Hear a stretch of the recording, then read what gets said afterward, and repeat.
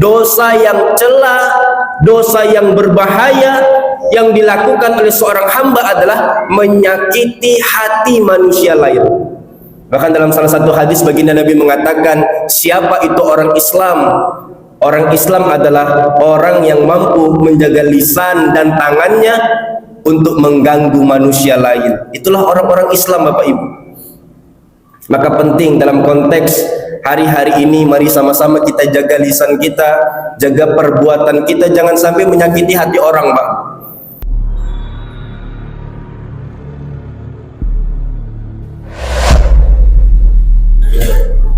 Assalamualaikum warahmatullahi wabarakatuh.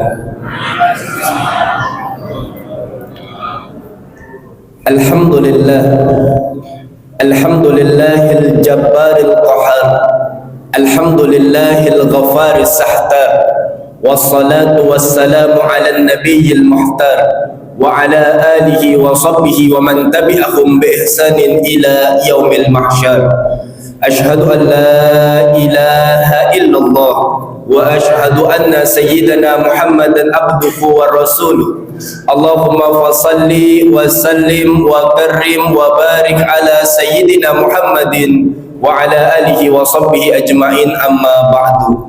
Bapak-bapak, ibu-ibu, jamaah Masjid As-Sahal yang insyaallah bapak dan ibu semua yang hadir ini merupakan calon-calon penghuni surga.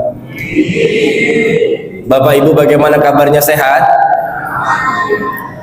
Alhamdulillah Bapak Ibu, menjadi satu kebahagiaan pada malam hari ini kami bisa hadir membersamai bersilaturahim bersama Bapak Ibu jamaah Masjid As-Sahal. Saya menyadari betul Bapak Ibu, beratnya menjadi seorang hamba di bulan Ramadan, pasti lelah, letih dan capek. Maka malam hari ini saya sampaikan kepada Bapak Ibu, mendengar ceramahnya jangan terlalu serius, santai-santai saja Pak Bu. Kalau Bapak Ibu lelah, letih, boleh sambil senderan. Kalau Bapak Ibu capek, boleh sambil selonjoran. Kalau Bapak Ibu agak-agak ngantuk, boleh sambil tiduran Pak. Saya memang kalau kultum Ramadan agak fleksibel. Kalau ada jamaah tidur, saya nggak pernah marah Bapak Ibu. Itu menunjukkan ceramah saya menusuk sampai ke dalam kolbu. Bapak Ibu yang dimuliakan oleh Allah Subhanahu wa taala, sebagaimana yang telah diamanahkan oleh Forum Komunikasi Mubaligh FKM Kota Tanjung Pinang, bahwasanya pada malam hari ini mubaligh diminta menyampaikan tausiah dengan tema menjaga lisan dan perbuatan di bulan Ramadan. Insyaallah itulah tajuk tausiah kita pada malam hari ini. Bapak Ibu jangan khawatir, insyaallah tausiah malam hari ini tidak akan panjang, tidak akan lebar, karena saya konsisten ceramah di mana-mana tempat selama bulan Ramadan. Ceramah tidak pernah panjang, tidak pernah lebar, asal kita melihat ada dua jamaah ibu-ibu menguap, kita tutup ceramah kita. Bagi ibu-ibu di belakang kalau bosan menguap-menguap saja Bu, insyaallah kita tutup.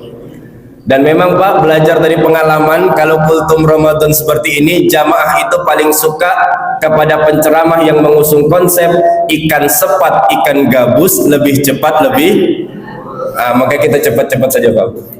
Bapak Ibu yang dimuliakan oleh Allah Subhanahu wa taala, sejatinya Bapak Ibu, menjaga lisan dan perbuatan bagi seorang muslim bukan hanya dilakukan di bulan Ramadan.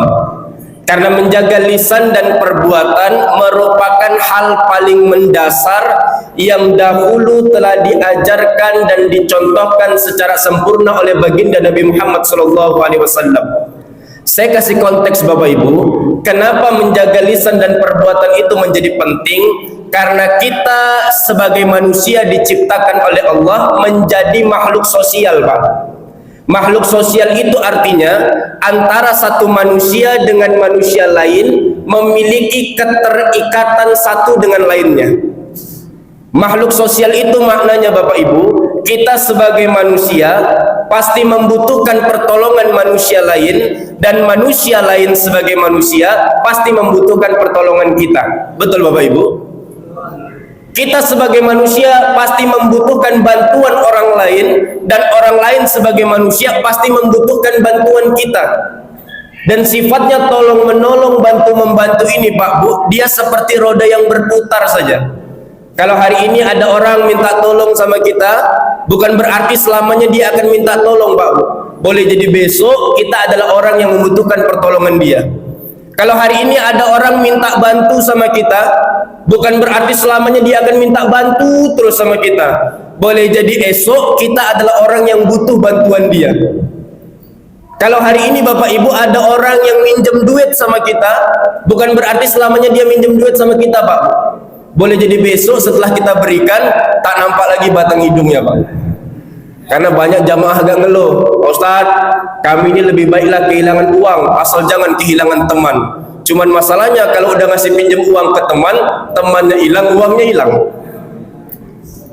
Tapi itulah makhluk sosial Bapak Ibu. Satu manusia dengan manusia lain memiliki keterikatan satu dengan lainnya. Makanya kalau Bapak Ibu mau cross check dalam banyak riwayat-riwayat yang dikemukakan oleh baginda Nabi Muhammad SAW, salah satu amalan yang paling utama setelah ibadah wajib, baginda Nabi mengatakan adalah memberikan kebermanfaatan kepada manusia lain, memberikan kebahagiaan kepada manusia lain. Makanya bahkan dalam salah satu hadis Nabi memberikan satu garansi, khairun nas, sebaik-baik manusia di antara semua manusia, anfa'uhum linnas, adalah orang yang mampu memberikan kebermanfaatan kepada manusia lain.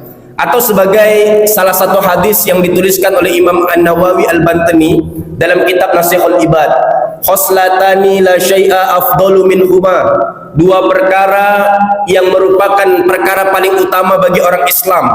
Al-imanu billah, beriman kepada Allah. Setelah beriman kepada Allah, apa kata baginda Nabi? Wan naf'u lil muslimin, memberikan manfaat, berbuat baik, bersopan santun, berkasih sayang kepada sesama manusia. Yang terbaik amalannya memberikan kebahagiaan. Sebaliknya Bapak Ibu, dosa yang celah, dosa yang berbahaya yang dilakukan oleh seorang hamba adalah menyakiti hati manusia lain. Bahkan dalam salah satu hadis baginda Nabi mengatakan, siapa itu orang Islam? Orang Islam adalah orang yang mampu menjaga lisan dan tangannya untuk mengganggu manusia lain. Itulah orang-orang Islam Bapak Ibu. Maka penting dalam konteks hari-hari ini, mari sama-sama kita jaga lisan kita, jaga perbuatan kita, jangan sampai menyakiti hati orang, Pak. Kadang-kadang mohon maaf, tapi kalau di Masjid As-Sahal jamaahnya nggak ada, Pak Bu. Ini di sana jauh sana, Pak Bu. Kadang-kadang lisannya nggak pernah lelah menyakiti orang terus. Punya tetangga nggak pernah sholat, dia bilang udah tua bukannya tobat masih tak mau sholat. Kebetulan masuk bulan Ramadan, datang kawan ke masjid, dia bilang, alah paling tahan sebulan aja. Salah semua Bapak Ibu. Lisan yang keluar yang busuk, yang jahat, yang tak baik itu, kata para ulama, bersumber dari satu, hati yang kurang baik Bapak Ibu. Hati yang dipenuhi dengan penyakit hati akan mengeluarkan kata-kata yang tidak baik, akan mengeluarkan perbuatan yang enggak baik. Maka kalau kita mau lisannya baik, perbuatannya baik, bersihkan, baikkan dulu hatinya, Pak. Kata para ulama, penyakit manusia itu ada dua. Satu namanya penyakit badan, dua namanya penyakit hati. Penyakit badan itu Bapak Ibu, sederhananya kalau kita mau membedakan penyakit badan dan penyakit hati, kalau ibu-ibu Bu, pergi ke acara undangan, pulang-pulang kepala pening karena makan daging, kolesterol naik, itu namanya penyakit badan. Tapi kalau ibu-ibu pergi ke acara undangan, pulang-pulang kepala pening karena lihat kawan gelangnya emas 2 biji baru-baru, itu namanya penyakit hati, Pak. Penyakit badan potensi mendatangkan kematian, tapi penyakit hati, dari hati yang berpenyakit itu nanti muncul kata-kata, muncul lisan, muncul ucapan yang tidak baik, muncul tidak tanduk yang tidak baik. Iri, dengki. Ada tetangga beli kompor gas, dia yang kepanasan, Pak. Ada tetangga beli kulkas, ikut kedinginan dia, Pak. Ada tetangga punya motor baru, lisannya bilang, alah paling kredit. Tetangga punya mobil baru, alah paling kredit. Tetangga punya istri baru, alah paling kredit. Menjaga lisan penting Bapak Ibu. Kenapa hari ini banyak perpecahan, pertikaian di kalangan umat Nabi Muhammad SAW? Salah satunya karena kita kurang mampu menjaga lisan dan perbuatan kita. menjadi satu contoh, dan boleh jadi ini menjadi rangkaian penutup tausiah malam hari ini Bapak Ibu. Harusnya kita banyak belajar dari baginda Nabi Muhammad. Nabi Muhammad itu Pak Bu, kalau kita baca sirah nabawiyah, kenapa para sahabat menjadi orang yang nyaman dekat sama Nabi? Karena Nabi itu adalah orang yang mampu menjaga para sahabatnya dari segala bentuk kekurangan, dari segala bentuk kekhilafan, dari segala aib. Para sahabat mampu merasa aman kalau bersama dengan Nabi Muhammad. Singkat cerita Bapak Ibu, Nabi Muhammad itu tinggal di Masjid Nabawi. Ini gambaran bagaimana Nabi Muhammad Bapak Ibu tinggal di Masjid Nabawi. Di Masjid Nabawi itu banyak para sahabat yang menumpang hidup dengan Nabi. Salah satunya misalnya ada Abu Hurairah, orang yang paling banyak meriwayatkan hadis karena dia tinggal sama Nabi di Masjid Nabawi, Pak. Yang para sahabat tinggal di Masjid Nabawi ini Bapak Ibu, kalau Nabi makan mereka makan, kalau Nabi nggak makan mereka puasa, Pak. Singkat cerita, satu waktu berhari-hari Nabi nggak makan, maka semua para sahabat yang tinggal di Masjid Nabawi nggak makan, Pak. Hingga datang satu malam setelah sholat maghrib, Nabi mengajak para sahabatnya untuk makan bersama. Menunya daging onta, Pak. Bapak Ibu di sini pernah makan daging onta, Pak? Kalau belum, kita agak-agak pernah saja, Pak. Ini dihidangkan daging onta, berkumpul para sahabat karena berhari-hari nggak makan. Tapi belum lagi daging onta ini dimakan, waktu Isya masuk, Pak. Allahu Akbar, Allahu Akbar. Kecewalah para sahabat Bapak Ibu. Ya Allah, berhari-hari awak enggak makan ya Allah. Tiba mau makan azan pula berkumandang. Tapi Nabi Muhammad Bapak Ibu mengetahui hakikat manusia, mengetahui kekurangan para sahabatnya, keinginan para sahabatnya. Nabi mengatakan dalam satu hadis yang terkenal, manakala makanan sudah dihidangkan, azan berkumandang, maka makanlah lebih dulu, baru kemudian melaksanakan sholat.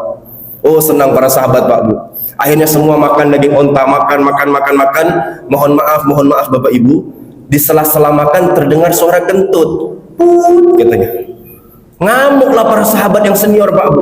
Siapa orang yang berani di dalam Masjid Nabawi dalam keadaan makan di hadapan Nabi Muhammad kok berani kentut? Berdiri sahabat ngamuk, tanya satu-satu, tak ada yang ngaku, Pak. Nabi Muhammad menutupi kekurangannya, menenangkan yang marah, duduk kembali. Akhirnya semua tenang, melanjutkan makannya, Pak. Cuman sahabat ini kan orang-orang pintar. Sahabat berpikir dalam hati, nanti setelah kita makan, kita sholat Isya.